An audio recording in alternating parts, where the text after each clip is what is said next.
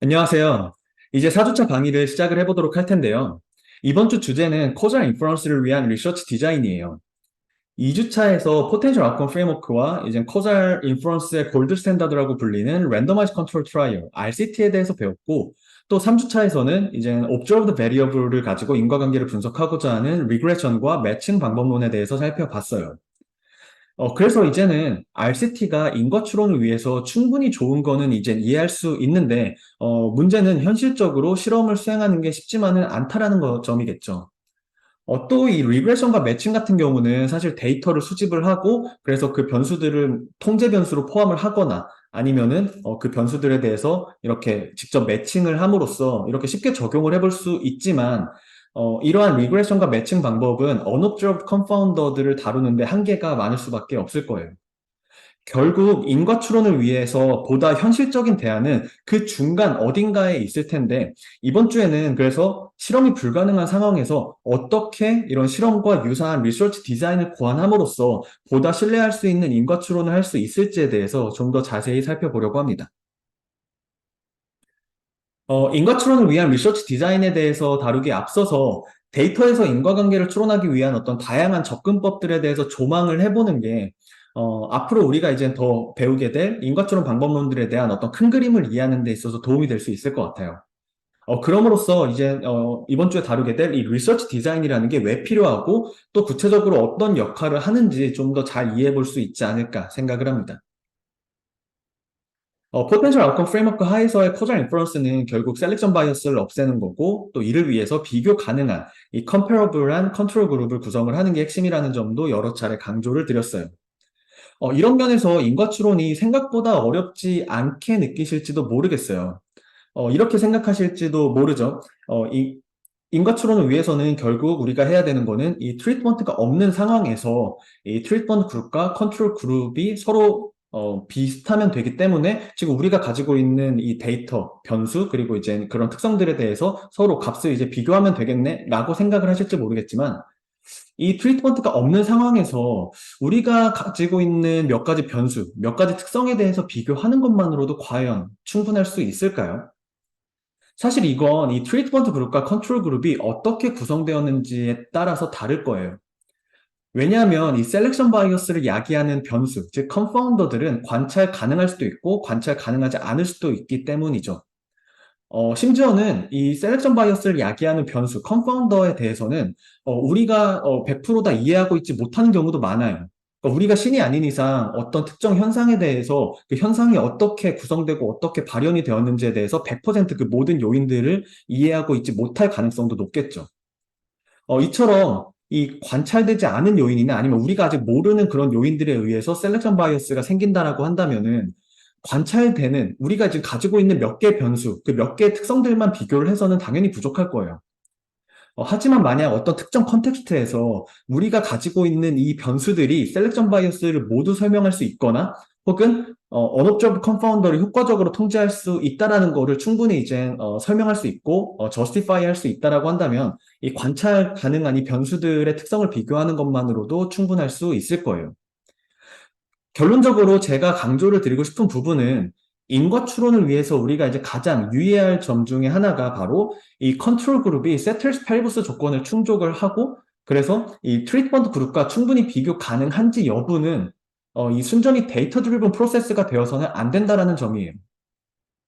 결국 이 특정 컨텍스트에서 어떻게 데이터가 구성되었는지에 대한 이 데이터 제너레이션 프로세스, 특히 인과추론 관점에서는 이 트리트먼트가 어떻게 배정되고 그래서 이 트리트먼트 그룹과 컨트롤 그룹이 어떻게 선택되었는지에 대한 어떤 이 셀렉션 프로세스에 대해서 심도 있는 이해가 필수적이라고 할 수 있어요.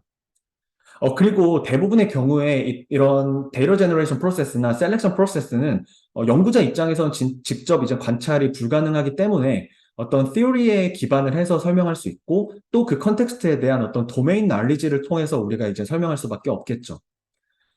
그래서 결국에는 이런 어떤 인과 추론이 가능한지 여부는 단순히 데이터의 특성만 가지고 결정되는 게 아니고 이러한 어떤 데이터 제너레이션 프로세스 그리고 셀렉션 프로세스가 이제 중요한 역할을 한다라는 거를 다시 한번 강조를 드리고 싶고요. 그래서 그것에 대한 이해를 좀 더 돕고자 한 가지 예를 통해서 좀 더 설명을 드려보자면 예를 들어서 이 연구비 그랜트의 인과적인 효과를 분석한다라고 한번 생각을 해보죠. 그러면 우리가 이제 직접 어떤 무작위 실험을 수행하는 상황이 아니라고 한다면 기본적으로 떠올릴 수 있는 세팅은 이 그랜트를 받은 집단인 이 트리트먼트 그룹과 그렇지 않은 컨트롤 그룹에 대한 데이터를 수집을 하고 그럼으로써 이제 그들의 어떤 비교 분석할 수 있을 거예요. 그런데 이런 비교 이전에 어떤 데이터 제너레이션 프로세스에 의해서 이렇게 그랜트를 받은 트리트먼트 그룹과 그랜트를 받지 않은 컨트롤 그룹이 구성되었는지에 대한 그런 이해가 훨씬 더 중요하다라는 점을 강조를 드리고 있는 거예요. 그것에 따라서 이 두 집단 간의 비교가 인과 추론을 위해서 적절한지 안 한지에 대해서 판단할 수 있고, 만약 적절하지 않다면 보다 적절한 비교가 될 수 있도록 만드는 이런 분석 전략들도 완전히 달라질 수밖에 없을 거예요. 가령 지금 여기 그림에서는 지금 어떤 상황을, 어떠한 데이터 제너레이션 프로세스를 보여주고 있냐면은, 지금 어떤 사람들은 지금 이 그랜트에 지원을 했고, 또 이 여러 이제 심사 과정을 통해서 다양한 이유로 지금 누군가는 그랜트 심사에 통과를 했고, 누군가는 이제 떨어진 상황이에요. 심지어 사실 그랜트가 없는 사람들 중에는 애초에 이 그랜트에 지원을 하지 않은 사람들도 있을 수 있을 거예요. 그런데 문제는 이 모든 이 프로세스, 이렇게 이 그랜트를 받은 트리트먼트 그룹과 그랜트가 아예 없는, 지원하지 않았거나 아니면 그랜트에 떨어진 이 그랜트가 없는 컨트롤 그룹이 구성되게 만드는 그 이전에 있던 이 데이터 제너레이션 프로세스에 대해서 우리가 알기 쉽지 않다는 점이에요. 여기서는 이 지금 이 그랜트 심사를 예시로 들고 있지만 여러분들이 떠올리는 대부분의 어떤 컨텍스트를 생각을 해보면은 실제로 트리트먼트 그룹과 컨트롤 그룹이 어떻게 구성됐는지에 대한 이런 데이터 제너레이션 프로세스, 셀렉션 프로세스에 대해서 연구자 입장에서는 알기 어렵다라는 건 여러분들 쉽게 짐작을 하실 수 있을 거예요. 모든 인과 추론은 바로 이 지점에서 시작한다라고 생각할 수 있어요. 어떻게 하면 이 데이터 제너레이션 프로세스, 이 셀렉션 프로세스를 설명할 수 있을까에 대한 고민이 바로 인과추론이고, 이걸 어떤 방식으로든 우리가 설명할 수 있고 또 레프레젠트 할 수 있어야만 그걸 적절한 방법으로 통제함으로써 결과적으로 이 셀렉션 바이어스를 없애고 인과관계를 적절하게 추론을 할 수 있겠죠. 그런 의미에서 이 코잘 인퍼런스 메소드는 결국 이 데이터 제너레이션 프로세스, 이 셀렉션 프로세스를 어떻게 다룰지에 관한 것이라고 이해해도 무방해요. 가장 간단하게는 여기 이 그랜트의 이 이그젬플의 상황을 놓고 보면은 이 그랜트 심사 과정에서의 어떤 셀렉션 프로세스에 관여하는 모든 요인들을 우리가 이해하고 있고 또 모두 관찰할 수 있다라고 만약에 가정을 한다고 한다면은 그런 관찰 가능한 변수들을 가지고 적절히 이 셀렉션 바이어스를 통제를 함으로써 우리가 이제 이러한 어떤 문제를 해결할 수 있겠죠. 이러한 전략, 즉, 셀렉션 프로세스, 이 셀렉션 바이어스를 설명하는 모든 요인을 관찰 가능하다라는 어떤 가정에 기반한 이런 전략을 이 셀렉션 온 옵저버블 전략이라고 부른다라는 거를 지난 시간에 이제 설명을 드렸었죠. 그래서, 지난주에 이제 살펴본 대로 관찰 가능한 이런 컨파운더를 어떤 통제 변수로 포함을 하는 리그레션이나 관찰 가능한 이런 컨파운더에 대해서 값을 유사하도록 이 매칭하는 이런 방법들이 대표적인 이런 셀렉션 온 옵저버블 전략이었어요. 그리고 또 후반부에 더 자세히 다루게 되겠지만, 이 데이터 제너레이션 프로세스 자체를 하나의 그래프로 표현을 함으로써 인과추론 문제를 이제 다루고자 하는 어떤 이런 그래피컬 코잘 모델도 대표적인 셀렉션 온 옵저버블 전략이라고 할 수 있겠죠. 그런데 만약 이러한 어떤 그랜트가 선택되는 이런 셀렉션 프로세스에 영향을 주는 요인들 중에서 일부는 우리가 이제 관찰할 수 없다라고 한다면은 우리가 관찰 가능하고 우리가 지금 현재 가지고 있는 데이터만으로는 이걸 설명할 수 없다라는 얘기가 되잖아요. 그 말은 즉슨 우리가 가지고 있는 그 데이터 그 이상의 무언가가 필요하다라는 의미가 되겠죠. 그래서 이러한 전략을 이제 이 셀렉션은 언옵저버블이라고 불러요. 이 셀렉션 프로세스 자체가 이 관찰 가능하지 않은 언옵저브 베리어블에 의해서 이제 이루어지고 이거를 이제 다루기 위해서는 데이터 그 이상의 무언가가 필요하다라는 의미이죠. 그래서 이 RCT 무작위 실험에서는 이 어떤 무작위 배정을 통해서 연구자가 이 데이터 제너레이션 프로세스를 완전히 통제함으로써 언업저드 팩터를 아예 배제하고자 하는 전략이라고 이해해 볼 수 있어요. RCT에서는 이렇게 트리트먼트 그룹을 무작위로 배정을 함으로써 사실 이 트리트먼트 그룹과 컨트롤 그룹이 선택이 되는 이 데이터 제너레이션 프로세스를 연구자가 완전히 통제를 하고 있는 상황이라고 볼 수 있죠. 하지만 실험이 불가능한 상황이라고 한다면 이렇게 언업저브 컨파운더를 설명하기 위한 그 데이터 그 이상의 무언가의 역할을 하는 게 바로 리서치 디자인이라고 이해해 볼 수 있어요. 바로 이 RCT를 모방할 수 있는 그 연구 디자인을 의미를 하는 거죠. 그래서 이런 준실험 디자인에 기반을 해서 이 언업저브 컨파운더를 설명하고자 하는 접근을 이 디자인 베이스드 어프로치라고 불러요. 그리고 이제 이게 이번 주에 우리가 이제 더 자세히 살펴볼 메인 주제죠. 그리고 또 다른 접근으로는 이 셀렉션 바이어스를 통계적으로 모델링을 하고, 그래서 이제 이 관찰 가능하지 않은 요인들을 실제로 추정을 해서 그걸 이제 통계적으로 보정을 하고자 하는 방법도 있는데, 이제 그거를 이제 셀렉션 바이어스 코렉션 메소드라고 불러요. 그래서 대표적으로 어떤 뭐 헤크만 셀렉션 모델이나 컨트롤 펑션 등의 이제 접근이 있을 텐데, 이것도 이제 더 자세히 나중에 이제 더 다룰 예정이고요. 이렇게 이 셀렉션 프로세스와 그리고 이제 데이터 제너레이션 프로세스를 어떤 방식으로 설명을 하고 또 어떤 가정에 기반을 하고 있고 또 그럼으로써 이것들이 이제 어떻게 통제를 하고자 하느냐에 따라서 인과추론의 접근법이 달라진다라는 거를 이렇게 정리해 볼 수 있고 이러한 어떤 과정을 이해를 하고 나면은 인과추론을 위한 어떤 다양한 방법론들을 큰 그림에서 좀 더 잘 이해하고 또 잘 개념화해 볼 수 있지 않을까 생각을 합니다. 코잘 하이라키에 대해서 다시 한번 떠올려 볼게요.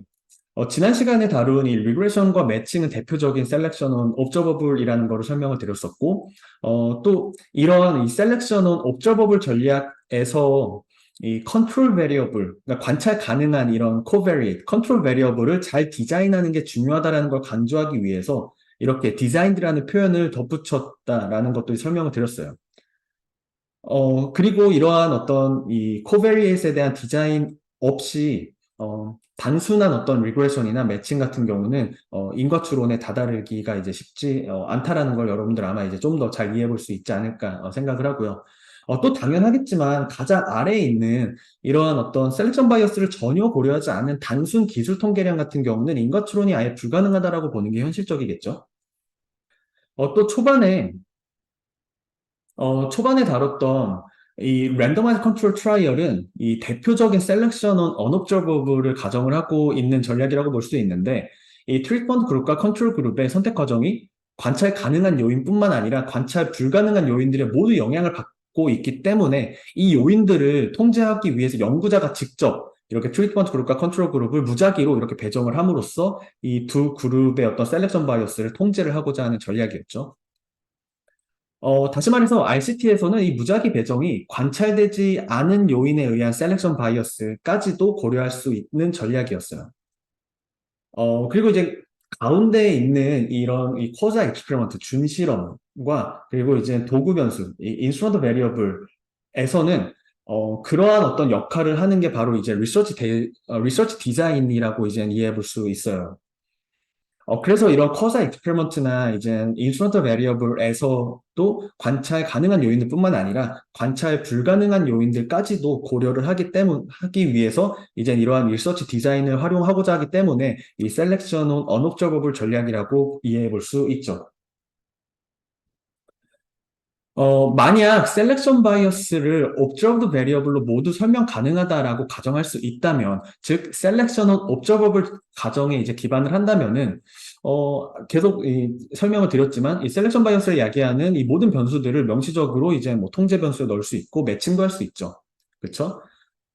그런데 문제는 과연 이런 셀렉션 바이어스가 observed variable들로만 설명될 수 있는지가 결국 관건일 텐데 뭐 여러분들이 아마 뭐 다양한 상황들을 떠올려 보시면 현실에서는 이게 이제 쉽지만은 않다라는 거 여러분들 쉽게 이제 예상해 보실 수 있을 거예요. 그래서 최근에는 사실 이런 셀렉션 온 옵저버블 전략은 인과 추론에 있어서 쉽게 받아들여지기 쉽지 않아요. 어, 이게 이제 언옵저버드 팩터가 굉장히 중요할 수 있는데 그것들에 대해서 다루기 쉽지 않기 때문일 거예요. 그래서 어떻게 보면은 이런 인과추론을 위한 가정이 너무 강하기 때문일 텐데, 그래서, 이런 리그레션과 매칭 같은 경우는 지난 시간에도 설명을 드렸지만, 다른 인과추론 방법론들과 함께 활용되는 경우가 훨씬 더 많아요. 그런 보조적인 수단으로서 굉장히 또 중요한 역할을 할 수 있겠죠. 그 부분에 대해서는 뒤에서 이제 인과추론 방법론들에 대해서 배우면서 더 하나하나 더 자세하게 조금 더 구현을 드릴 예정이고요. 셀렉션 온 언옵저버블 전략이라는 거는 이 RCT와 커서 익스페리먼트는 사실 이런 측면에서 일맥상통한다라고 우린 이해해 볼 수 있어요. 딱 한 가지 차이만 있을 뿐인데 바로 셀렉션 바이어스를 없애기 위한 이 비교 가능한 컨트롤 그룹을 어떻게 구성하는지, 즉 이 데이터 제너레이션 프로세스, 셀렉션 프로세스를 어떤 식으로 다루는지, 어떻게 설명하는지의 차이만 있을 뿐이에요. RCT에서는 이 무작위 배정을 통해서 그러한 역할을 하는 거고, 커자 익스페리먼트에서는 이 실제 실험은 아니지만 실험과 유사한 리서치 디자인을 통해서 비교 가능한 컨트롤 그룹을 구성을 하고자 하는 거죠. 그래서 이렇게 직접 비교를 해놓고 보면은 우리가 이제 이 준실험, 커자 익스페리먼트에서 얘기하는 이 리서치 디자인이라는 거는 결국 RCT에서의 무작위 배정을 모방하기 위한 그런 어떤 세팅이라고 우리는 이해해 볼 수 있어요. 대표적인 예가 사실 바로 이제 이 최저임금 인상에 대한 자연 실험일 텐데, 연구자가 무작위 배정을 통해서 이 트리트먼트 그룹과 컨트롤 그룹을 배정을 하지 않았지만, 지금 여기서 보면은 미국의 뉴저지 주에서 최저임금이 지금 인상이 됐고, 그 인접해 있는 펜실베니아에서는 인상이 되지 않음으로 해서 자연스럽게 이 뉴저지에 있는 이 식당은 지금 최저임금 인상의 영향을 받은 트리트먼트 그룹이 됐고, 이 펜실베니아에 위치한 식당은 컨트롤 그룹이 됐죠.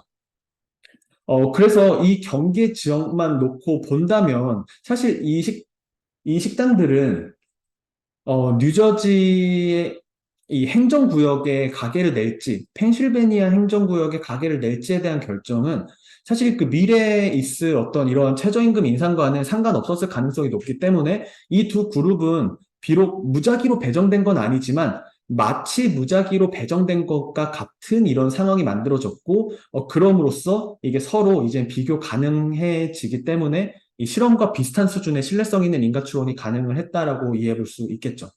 그래서 이게 이제 대표적인 어떤 준실험 상황이고, 이제 어떤 이 무작위 배정, 즉 RCT의 상황을 모방할 수 있는 리서치 디자인의 대표적인 예라고 볼 수 있는데, 우리가 보통 이 실험적 분석이라고 하면은 좁은 의미에서 어떤 이 무작위 실험만 생각하는 경우가 많아요. 그런데 이러한 인과추론의 논리와 그리고 이제 이렇게 준실험이 이 무작위 배정을 모방하고자 설계되었다라는 것을 감안을 한다면은 이 준실험도 연구자가 직접 실험을 고안을 한 건 아니지만 실험적 분석의 일환이라고 우리는 부를 수 있어요. 이런 준실험 디자인에 대해서 이제 이번 주에 좀 더 자세히 더 살펴볼 예정인데, 그럼으로써, 결과적으로 이제 이러한 준실험 분석도 이런 실험 연구의 일환이라는 것을 이해하는 게 이번 주 강의의 가장 핵심 목표라고 볼 수 있을 것 같습니다. 이런 셀렉션 온 옵저버블과 셀렉션 온 언옵저버블에 대해서 이해하는 게 인과추론에 있어서 굉장히 중요하기 때문에 이해를 좀 더 돕기 위해서 한 가지 예시를 더 설명드려 볼게요. 기업에서 이 ISO 인증을 받는 게 사실 굉장히 중요한 일인데, 과연 ISO 인증이 이 기업 성과에 어떤 인과적인 효과가 있을지를 분석하기 위해서 다음과 같은 데이터를 고려하고 있다라고 한번 생각을 해볼게요. 우선은 이 포텐셜 아웃컴 프레임워크 관점에서 인과 추론을 위해 우리에게 필요한 건 어떤 건지에 대해서 다시 한번 생각을 해보면은, 어, 인증을 받은 기업 인증을 받은 기업 B와 인증을 받지 않은 기업 A가 이렇게 있다라고 하면은 각각 인증을 받지 않았을 때의 아웃컴과 잠재적인 결과와 그리고 인증을 받았을 때의 어떤 잠재적인 결과를 관찰 가능해야만 이러한 어떤 이 잠재적인 결과들의 차이를 통해서 우리는 인과관계를 이렇게 추론할 수 있는 거겠죠. 하지만 현실에서는 하나의 잠재적인 결과만 관찰 가능하잖아요. 그쵸? 그러니까 인증을 받았으면 인증을 받은 결과만 관찰 가능하고 인증을 받지 않았으면 인증을 받지 않았을 때 결과만 관찰 가능하겠죠. 결국 우리의 목적은 이러한 어떤 컨트롤 펌 A를 통해서 인증을 받은 이 트리트 펌 B가 만약 그때 인증을 받지 않았다면 있었을 잠재적인 어떤 결과가 어땠을까라는 이 성과를 추정을 함으로써 인과적인 효과를 구하고자 하는 게 바로 인과추론이었어요. 이런 의미에서 우리가 이제 구할 수 있는 건 ATT이고, 이제 firm A와 firm B가 이제 서로 exchangeable 할 때만 ATT가 ATE가 될 수 있다라는 것도 다시 한번 상기해 볼 수 있지 않을까 싶고요. 이를 위해서 우리가 이제 만약에 셀렉션 온 옵저버블을 가정을 한다면 아마 이런 분석이 될 거예요. ISO 인증에 영향을 주는 8개의 요인을 우리가 이제 모두 이해할 수 있고, 또 이제 이런 것들을 이제 도출을 함으로써 이 8개 변수의 데이터를 수집을 하고 이것들을 이제 직접적으로 통제를 하는 거죠. 그럼으로써 이제 인증을 받은 기업과 인증을 받지 않은 기업들 간의 차이, 즉 셀렉션 바이어스를 모두 이제 통제를 하고자 하는 전략이라고 볼 수 있는데, 지금 이 변수들은 뭐 리그레션에서 이제 컨트롤 베리어블이 될 수도 있고 또 이제 매칭에 활용될 수도 있을 거예요. 지금 여기서는 매칭의 사례를 보여주고 있는데 이 8개의 변수들로 이 프로펜시티 스코어를 예측을 해서 이 프로펜시티 스코어가 비슷한 집단끼리 묶어서 이렇게 하이 프로펜시티 그룹과 그리고 이제 로우 프로펜시티 그룹을 이렇게 서로 묶어서 이 그룹 내에서의 어떤 성과의 차이를 구하고 그럼으로써 이들의 평균을 통해서 어떤 이 ISO 인증의 어떤 인과적인 효과를 추정을 하고자 하는 게 바로 이 매칭을 통한 이 셀렉션 온 옵저버블 전략이라고 이해해 볼 수 있어요. 다시 한번 강조를 하지만 여기에서의 핵심 가정은 바로 이 8개의 변수들이 인증에 대한 이 셀렉션 프로세스를 모두 설명할 수 있고, 그래서 이것들에 대해서만 우리가 매칭을 하고 나면은 인증 기업과 인증을 받지 못한 기업들 간의 차이를 모두 설명할 수 있다라는 어떤 가정이 바로 이 핵심 가정이 포함되어 있다는 걸 반드시 염두에 둬야 하고, 결국에는 이 분석이 얼마나 믿을 만한지 여부는 과연 이 지금 8개 변수들로 셀렉션 프로세스를 여기서는 이제 ISO 인증 과정을 모두 설명할 수 있다라는 이런 가정이 얼마나 믿을 만한지에 달려 있을 거예요. 반면에 이 셀렉션 온 언옵저버블은 데이터 그 이상의 이 리서치 디자인을 통해서 우리가 관찰 가능하지 않은 요인들뿐만 아니라 관찰 가능한 요인들뿐만 아니라 관찰 불가능한 요인들까지도 통제를 해서 이 트리트먼트 그룹과 컨트롤 그룹 간의 차이를 이제 설명하고 배제하겠다라는 전략이라고 볼 수 있는데, 여기서는 지금 이 difference in differences와 그리고 이제 regression discontinuity가 나와 있는데, 이거 가장 대표적인 어떤 이 커자 익스페리먼트 방법론 중에 하나이고 우리가 이제 추후에 더 자세하게 다룰 예정이에요.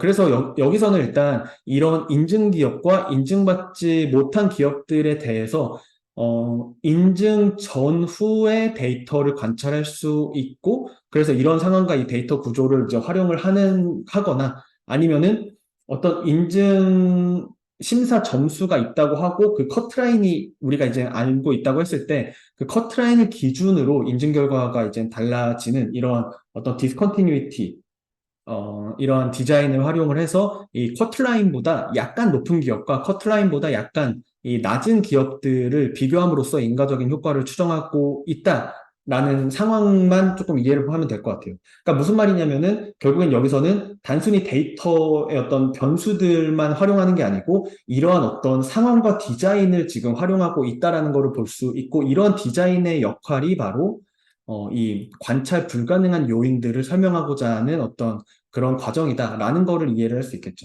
결국 이런 리서치 디자인과 그에 따른 어떤 가정에 대한 검증을 통해서 이 언옵저버드 팩터까지도 고려를 해서 인과추론을 하고자 하는 전략이 바로 이 셀렉션 언옵저버블이라고 이해해 볼 수 있겠죠. 결국에는 이러한 셀렉션 언옵저버블 전략, 뭐 이런 준실험 방법론들에 대해서 이해하는 그 가장 중요한 지점이 바로 이 리서치 디자인이기 때문에 이렇게 좀 장황하게 설명을 드렸고, 이번 주에는 이런 리서치 디자인에 대해서 다양한 예시들을 통해서 조금 더 자세하게 한번 살펴보도록 하겠습니다.